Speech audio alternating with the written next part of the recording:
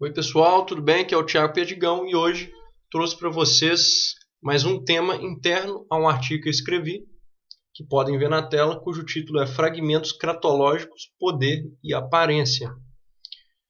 Então, neste artigo, abordo sobretudo a questão voltada à cratologia, que seria a ciência do poder, então coloco alguns fragmentos sobre isso, porém alguns fragmentos, outro dos quais eu abordei em vídeo anterior, versam aí justamente sobre relação entre poder e arte. Então eu queria aí usar também mais este vídeo para completar aí a análise de um outro fragmento do artigo que relaciona essa questão do poder e da arte. Tá? E nesse caso também vai ter uma relação ali com a religião. Então eu quero aprofundar um pouco isso, que é um tema que eu já vim tratando no canal e que é praticamente aí um tema, eu diria até único, assim, no tratamento aí dentro, pelo menos, da plataforma, que ainda não vejo ninguém tratar sobre isso, ou seja, estética e cratologia, ou seja, poder e filosofia da arte, Este assunto é bem inabitual, digamos assim, Então, mais um incentivo aí, na verdade, é eu fazer esse vídeo, por mais que ele possa soar talvez um pouco mais abstrato, que os temas que eu trato no geral. Embora aí os temas de estética em geral são temas abstratos, sejam temas abstratos. Então eu vou fazer essa leitura, é um fragmento bem curto, conforme vocês podem ver, mas ele dá ensejo aí a toda uma série de digressões. Não é minha ideia aqui estender esse vídeo muito, mas apenas fazer breves reflexões e um pequeno aprofundamento aí nesses conceitos, mas deixar também aí aberto para quem quiser pensar por si próprio nessas questões. Então, vou fazer a leitura.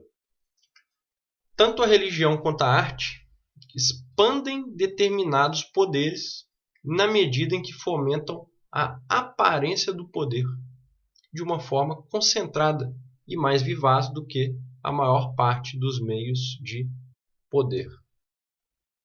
Então vamos lá, por partes.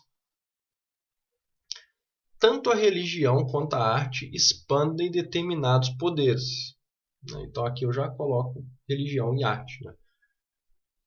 Essa temática é bem interessante, tá, pessoal? Eu relaciono as duas coisas em muitos dos meus escritos aí, desde livros que eu já publiquei até escritos mais recentes aí nesse próprio site, que também está publicado este artigo aí. Que eu vou inclusive deixar na descrição para quem quiser lê-lo, tá? Vou deixar o link aí para quem ainda não leu esse artigo. Vai ter o acesso aí na íntegra a ele. Então, em vários dos meus escritos eu relaciono sim, arte e religião, não no sentido aí de que deve existir, por exemplo, religião dentro da arte e vice-versa, mas simplesmente analisando alguns pontos, geralmente é isso que eu faço, analiso pontos em comum que existem entre ambas as coisas. Por exemplo, um tema que nem é meu, é do Skinner, mas que eu desenvolvo em certa medida em alguns fragmentos, é, por exemplo, sobre a questão do artista muitas vezes anteceder inclusive a religião, no sentido em que o artista é responsável muitas vezes por separar realidade e ideal.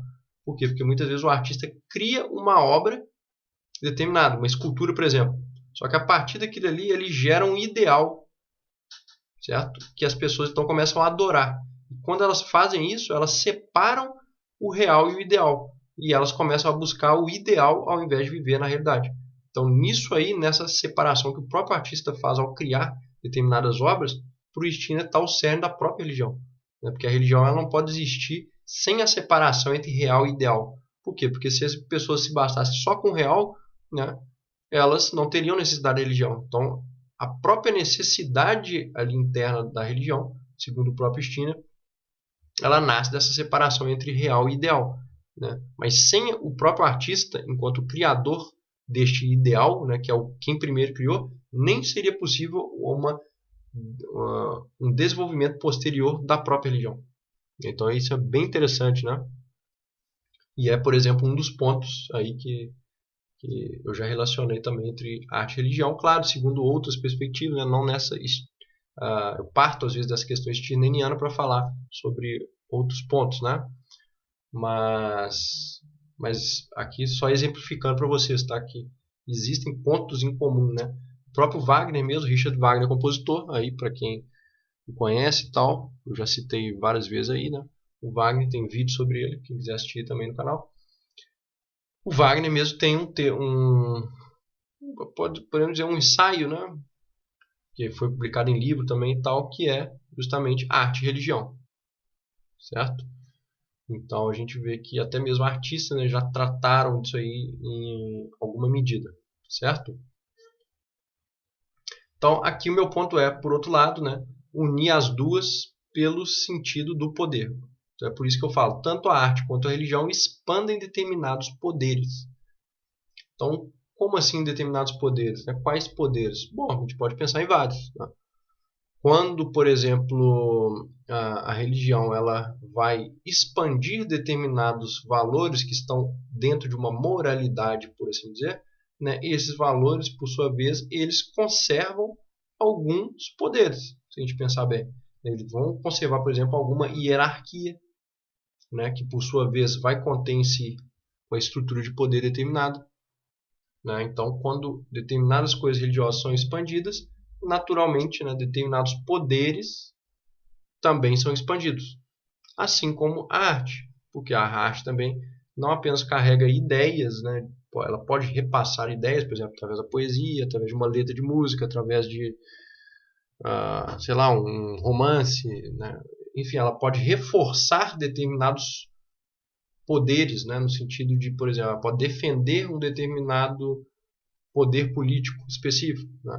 Ou ela própria pode trazer em si questões religiosas, e ao defender questões religiosas também pode defender determinada estrutura de poder, né, dentro da sociedade. A gente sabe que muitas sociedades, inclusive, ao longo da história, foram estruturadas de modo onde Estado e religião estiveram juntas, por exemplo. Né? Então, quando a gente nota essas questões, a gente vê que, né, tanto a arte quanto a religião, sim, elas podem, a partir de seus pontos, expandirem determinados poderes, ou pelo menos ajudarem a conservar, por exemplo, um determinado poder. Né?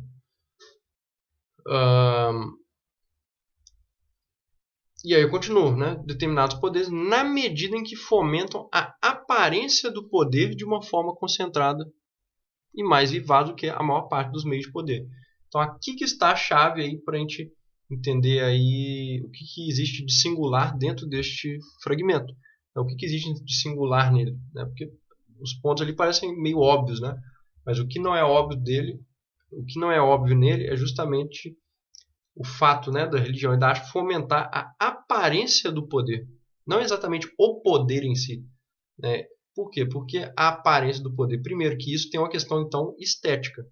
Né? Porque quando a gente vai pensar qual ciência trata da aparência, né, do sensível, da sensibilidade da indiana, justamente a estética, certo? Se não ciência, né, pelo menos aí uma forma de saber, uma filosofia, né, uma parte da filosofia que trata disso, né? Principalmente aí dessa questão do aparente também, né? A própria estética, né? Quando a gente une, então, estética e poder, a gente tem estética e cratologia, conforme em outro vídeo aí também eu já disse. Então, quando a gente trata da aparência do poder, é justamente o assunto que vai ligar estética e cratologia, ou pelo menos um dos assuntos que estão no cerne disso aí, né? Que é uma questão bem interessante. E a arte, então, vai fomentar como, né? Esta aparência do poder de uma forma concentrada. Justamente porque, como ela é aquilo que faz o aprofundamento no sensível e na aparência, ou seja, como ela consegue, vamos colocar, segundo essa palavra, manipular a própria aparência, ela consegue também concentrar esta manipulação da imagem do poder de uma forma melhor do que outros tipos de poder conseguem. Certo? Então, por que a religião também poderia isso? Justamente porque a religião, em parte, ela também tem aí, como eu disse lá no início, parte do próprio Stirner, um quê de artístico também. Se a gente pega ali, se a gente pega os próprios templos, né, religiosos, etc., né, a gente vai ver que tem algo de artístico ali, arquitetônico, né, de um lado, plástico de outro, né, no sentido mesmo das artes plásticas e daí em diante. Imagine, por exemplo, a Capela Sistina, né, de Michelangelo, feita ali, né, pintada, né, por assim dizer, por Michelangelo, né, os afrescos dele, daí em diante. Quando a gente pensa nisso, a gente vê que, né, essas questões estão muito próximas, porque ambas as coisas elas precisam de trabalhar o imaginário. Né? Então, o imaginário, sem o fomentar do imaginário, seria impossível a própria religião. E, de outro lado, também a arte. Né? Então, ambas são responsáveis pela expansão do imaginário. Né? Isso é bem interessante. Então, por outro lado, né, como elas justamente têm aí uma afinidade muito grande com isso, e o próprio imaginário ele não deixa de ser algo aparente, certo? Que não é algo palpável. Quem tem o poder sobre esse imaginário e, portanto, tem também aí o poder de mexer nesta aparência ou manipular esta aparência, né, do próprio imaginário. Né? Tomando, eu quero dizer, o imaginário enquanto algo aparente, né?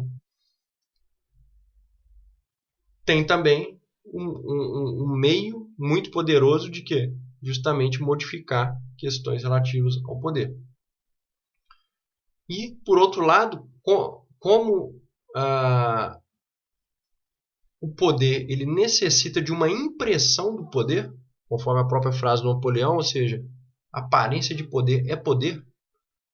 Quem consegue, por outro lado, então, trabalhar justamente esta aparência do poder de uma forma aprofundada, vai também aumentar a sua própria impressão de que tem poder. Certo? Então, quando a gente pega a própria arte, né, quando ela muitas vezes trabalha a favor da religião, ela também está fomentando a aparência do poder da religião. E assim você consegue, por exemplo, né,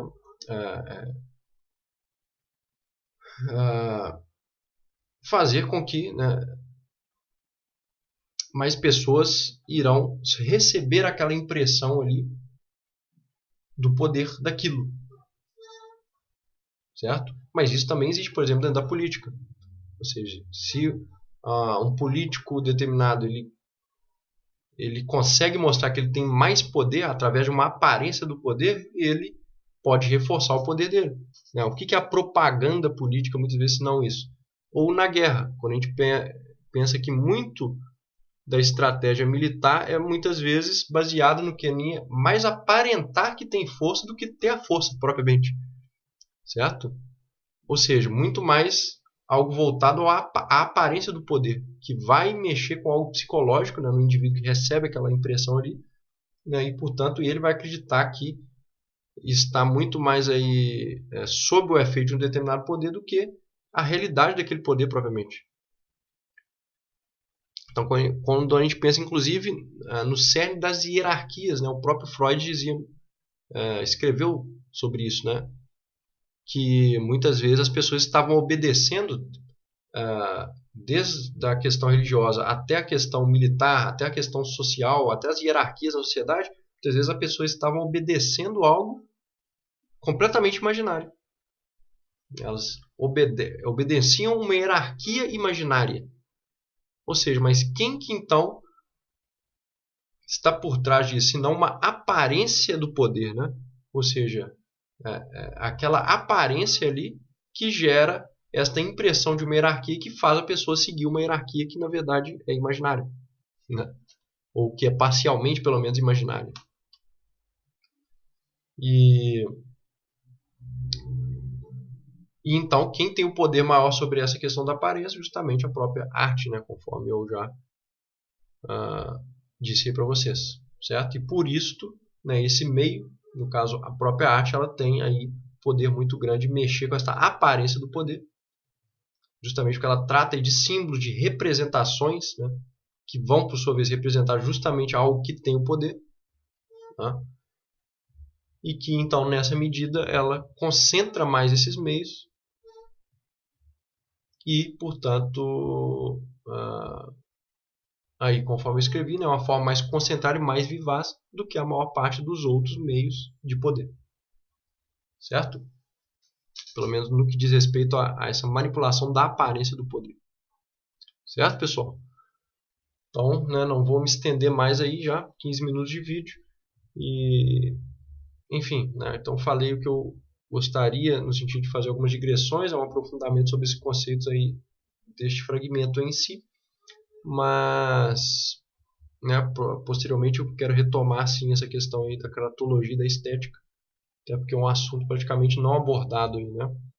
Então eu quero com certeza aprofundá-lo aí com mais tempo futuramente. Beleza, pessoal? Então deixe aí os comentários, críticas, sugestões e vou deixar aí o link do artigo completo para quem quiser lê-lo. Então um grande abraço a todos e até o próximo vídeo.